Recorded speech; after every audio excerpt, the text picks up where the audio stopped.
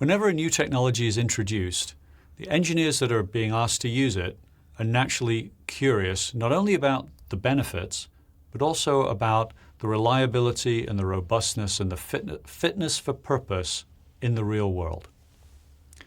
So let's talk a little bit about that. Reliability and robustness.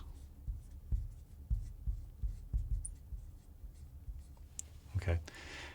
Reliability is defined as the propensity of the device to survive over time under normal operating circumstances, the specified temperature ranges, specified voltages, and currents, safe operating area, these kinds of things. And what we have done with our GaN technology is we've qualified it according to the JEDEC rules as those rules have been modified and guidelines have been modified for gallium nitride. And we have 100% reliability on against these tests. So from a point of view of long-term reliability, our products have been tested, they've been stressed, and they are as reliable or more reliable than any silicon-based technology. Now let's consider robustness of the gallium nitride transistors. This is what happens when you overheat them, what happens when you over-temperature them or overstress them electrically.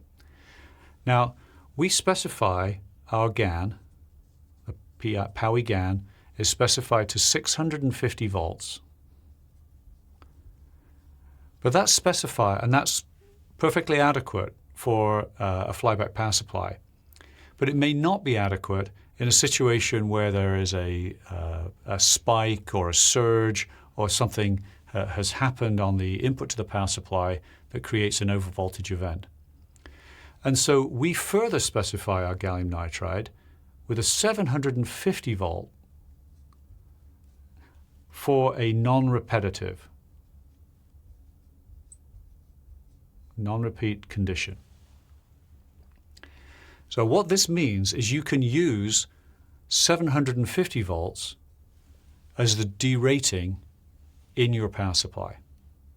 Another way to look at this is if I draw a graph of a drain waveform of a power supply, of a flyback power supply.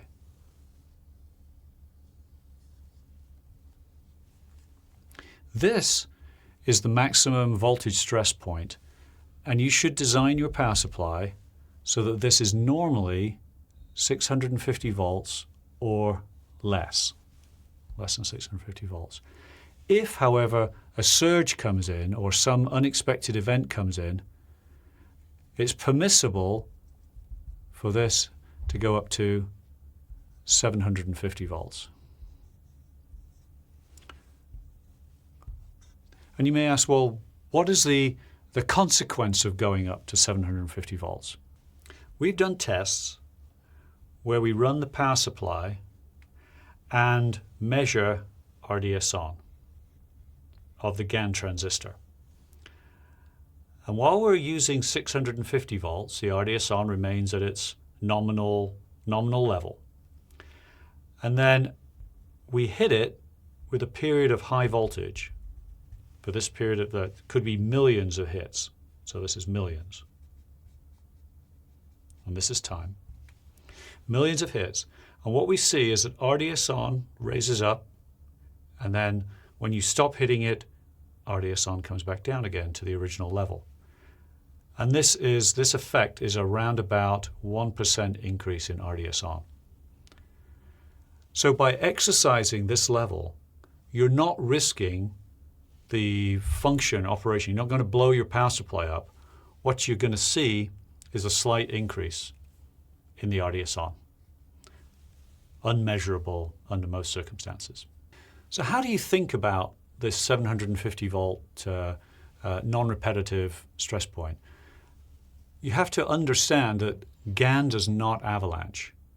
So the actual physical breakdown of the material is far, far higher than 750 volts. This number has been chosen as a means of defining how the product's going to stay within the datasheet spec. If you are using a silicon transistor, this would be a point at which you would not want to exceed because you may avalanche the part. Repetitive avalanche causes thermal damage to a part, and the part will eventually break. But because GaN has a gentle approach to failure, the failure happens at much higher voltages, and so it's perfectly safe to operate your Power Integrations gallium nitride part up to 750 volts. To learn more about Power Integrations' exciting new gallium nitride products, go to power.com.